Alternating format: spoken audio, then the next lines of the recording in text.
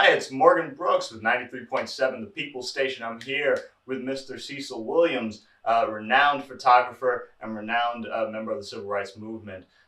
We're here to speak about his new museum that he's opening very soon, and to speak about his legacy and the way that this museum has helped to shape the town of Orangeburg. Mr. Williams, I know this museum has been around for a very long time. What inspired you to open this Civil Rights Museum here? Well, thank you for that question, and good morning to everyone listening or viewing this moment. The state of South Carolina is the only state in the 16 southern states of the United States that does not have a civil rights museum. So the idea to create a museum has been with me for many decades, to try and start and bring this so that the people of South Carolina can look at, view, find out about, discover, explore what people did during this period that is important to history, that made America a better place for this generation to live. It's that important a mission of a museum, a civil rights museum, to do that. And we were the only one of the 16 southern states. So that was the what caused me to try and bring this about.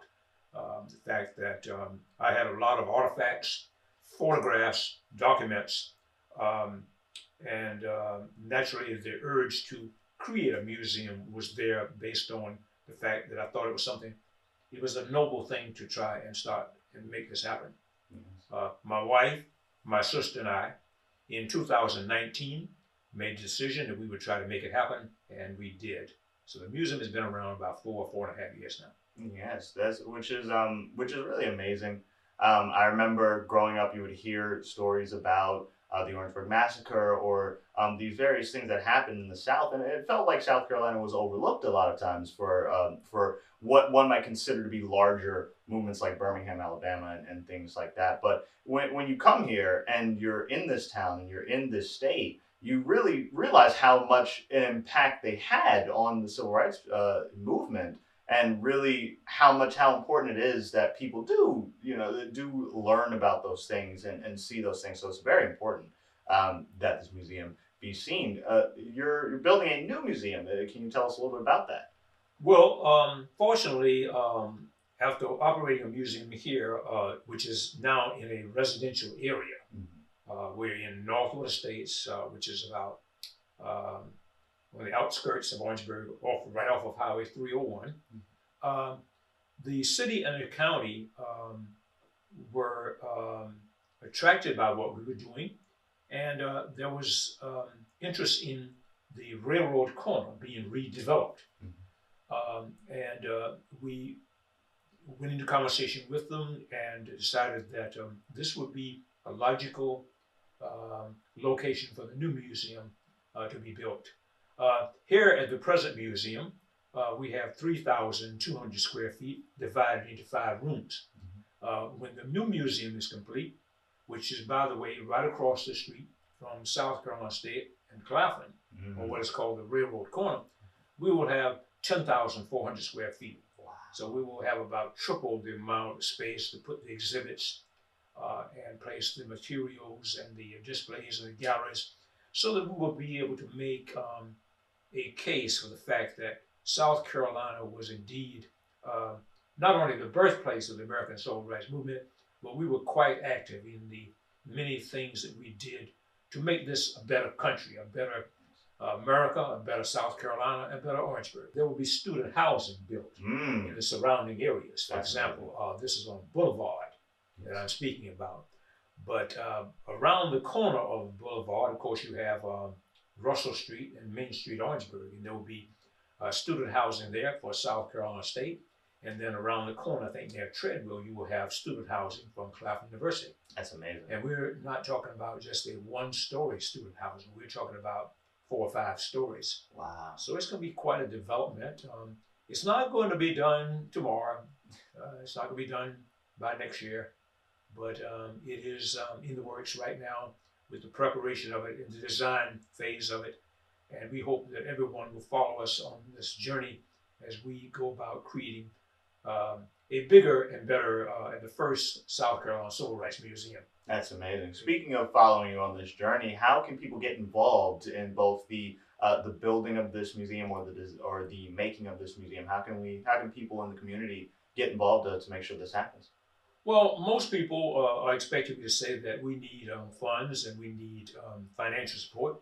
And guess what? I'm not going to disappoint. I'm going to say that we do. It is one of the things that's needed because, again, the state of South Carolina not having a civil rights museum, us being the only one of the 16 southern states that is not, you can see that we have been overlooked by the state of South Carolina. Mm-hmm. What we are doing really should have been a task for the state of South Carolina to take pride in its accomplishments that helped to, again, tweak the Constitution, the 14th Amendment. The Civil Rights Movement was a very important period of time. And we want to make sure that we have an adequate space to showcase the exhibits that tell about this history. But other than financial help, we of course are gathering new collections almost on a weekly basis. If there are individuals who feel they have in their scrapbooks, in their attics, their garages, artifacts, photographs, or document that pertain to the South Carolina Civil Rights Movement era, we'd be interested in looking at it. What I mean by the Civil Rights Movement era would be, and this is not precisely cast in stone or set in stone, but we're talking about a period between 1950 and 1970. And then we color outside the lines a little bit by including such things as some of the activities leading up to us electing a Black first president of the United States.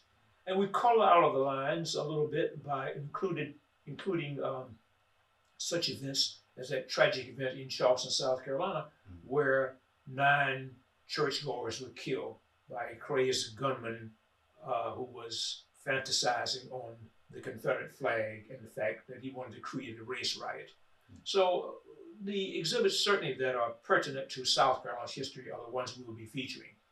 But a lot of people do not realize that the importance of the Civil Rights Movement era and what happened during the period of time when people here in this state and others as well began to march, to demonstrate, and had activities that pointed to the fact that in America at the time, we as African Americans were not treated fairly. There was a time we could not vote or even register to vote. And the Civil Rights Movement, again, helped to eliminate that discrimination. There were times in America when we as African Americans could very simply not even go into a store and buy a hamburger or stay in a motel or hotel because of our race, or go to a restroom traveling along the interstates or roads of South Carolina, not even having access to restrooms. And then of course, the pinnacle thing that was the focus of racism and discrimination was, of course, in education. The school facilities were segregated. Often, we were forced to go to schools that were not adequately built, not heated or cooled, did not have school books and school materials to be able to learn. But nevertheless, you can see that due to our tenacity and our ability to overcome hardships, that not only did we come out of that situation and rise, but we also began to flourish, again, to take advantages, to really move ourselves to a different kind of level in this country. Here, this is supposed to be the greatest nation on the face of the earth. But at the time, you had people who were not able to enjoy the fruits and benefits of living in a democratic society. That now is behind us, mostly on the surface. Yes.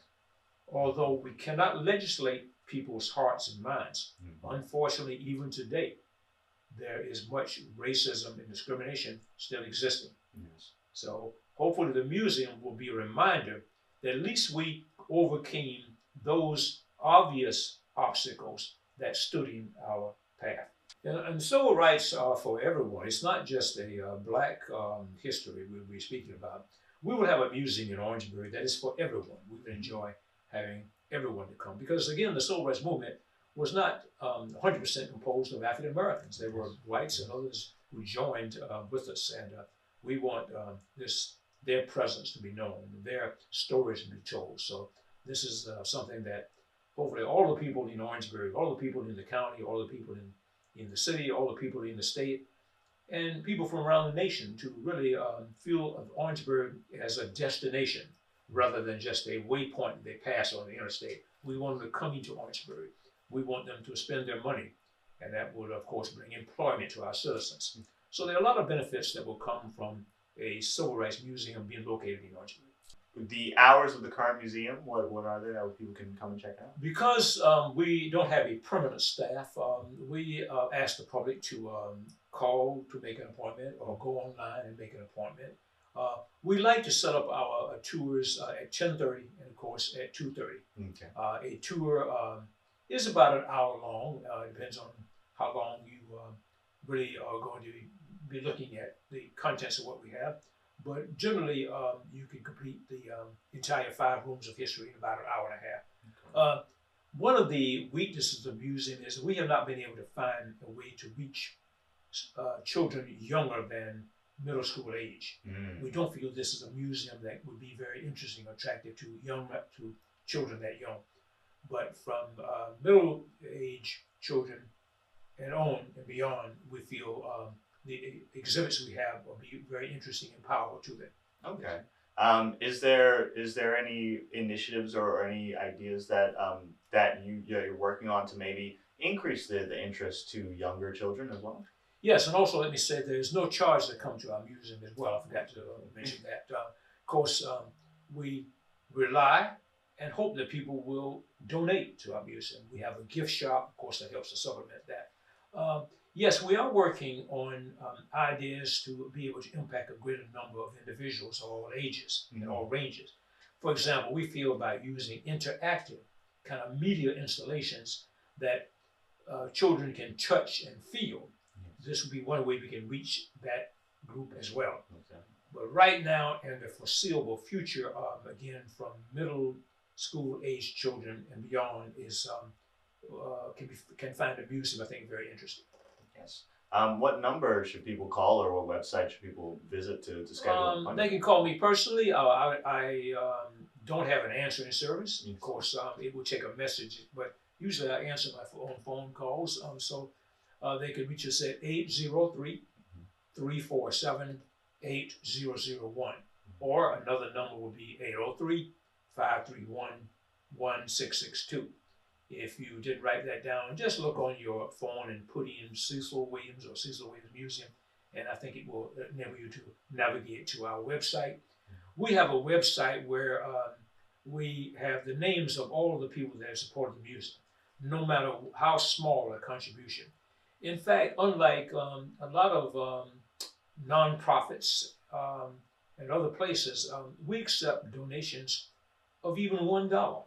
We know that students don't have a lot of money available, and so we allow them to say even donate as little as $1, and that will make a contribution. Because many dollars makes, after a while, it adds up. So every little bit of help to the museum is appreciated. We rely on the public as a 501c3, which is a nonprofit. And of course, more substantial donations, of course, we give them a receipt that's also 100% tax deductible. So if you are paying tax, look at maybe giving it to a charity or to a nonprofit that we are, because it is completely deductible. Businesses and individuals who are in that category will really have to pay. Otherwise, if you're going to be paying the federal or the state government, you're having to make a bond. Or maybe something else that you don't have control of. Yeah. But here you would have some impact on making a contribution to something that benefits the entire general public. Yes. And I know before we get out of here, I know that we've talked about this a little bit and we've circled around it as well. But I definitely want to ask you what do you hope that this museum will inspire in people, or what do you hope that this will leave behind in people's minds at long before you or I are still here? What is your hope for this museum? We're hoping that the museum will be perpetually a statement of the power of people to help to tweak and change our laws and our government into the kind of country and the kind of environment we want to live in. You see, in effect, we are the government. Yes. We may not be an elected official, but still yet it's made up of individuals, and it's up to us. The changes that have been placed on or that have happened to our laws were changes that came from individuals.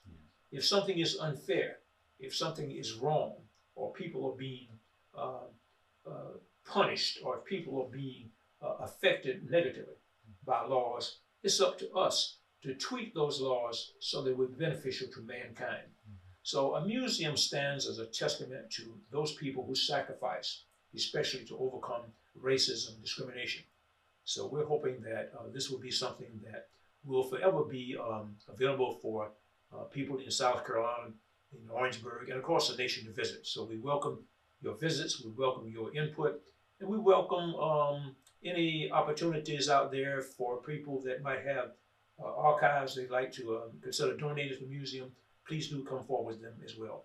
I want to thank you and your station for the opportunity to speak with your audience today, and please come back again. I most definitely will. I'm a big proponent of museums. I love the space that you have here. I remember walking in this room and seeing that; it almost terrified me. This I was like, oh no. But it is a wonderful place. It's a wonderful space. I really love it. It's beautiful from the outside. Again, this has been Morgan Brooks with 93.7 The People's Station. I'm here with Cecil Williams. It has been an absolute pleasure to speak with you. I'm in awe of what you have done, and I'm in awe of what you have built, and it has been absolutely beautiful. Thank you for watching, and hopefully you will come back again to watch something in the future.